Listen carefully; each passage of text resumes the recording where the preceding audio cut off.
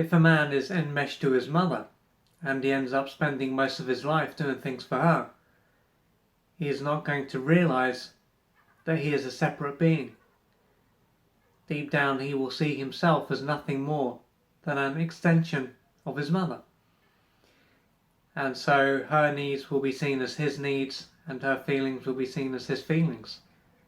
And so he is very much going to live on the surface of himself.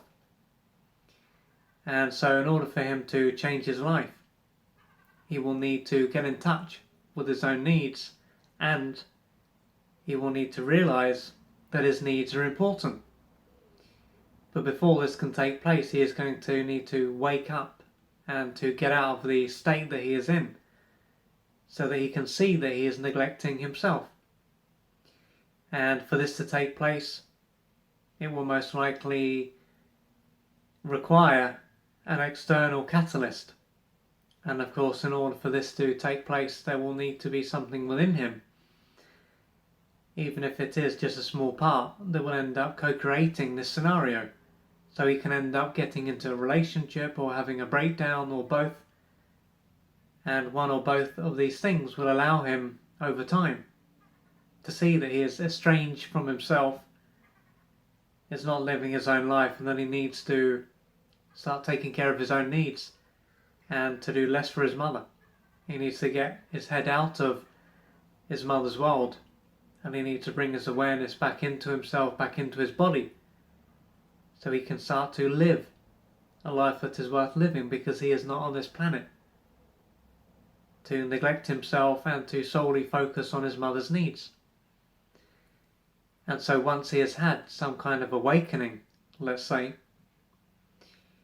he will need to get in touch with his body, because his body will be where most of his needs and his feelings will be found, because living up top will make it easier for him to tune into his mother, and due to the trauma that he experienced very early on, this would have pushed him out of his body and made him basically hypervigilant, so that he could focus on his mother. And so he will need to get back into his body and to find his true self. And so he can connect to his needs, and then he will know what he needs to do, what is right for him, not what is right for his mother, what is right for him. And the other part of this will be for him to realize that his needs are important, because as his mother would have most likely used him to meet some of her adult and unmet childhood needs, and he had to focus solely on her and to neglect himself from day one, because he wouldn't have been able to say stop or to get away. He was totally powerless and dependent on his mother, so he had to simply adapt to her, because she wasn't going to adapt to him. And through having these experiences, naturally he will believe that his needs are not as important as his mother.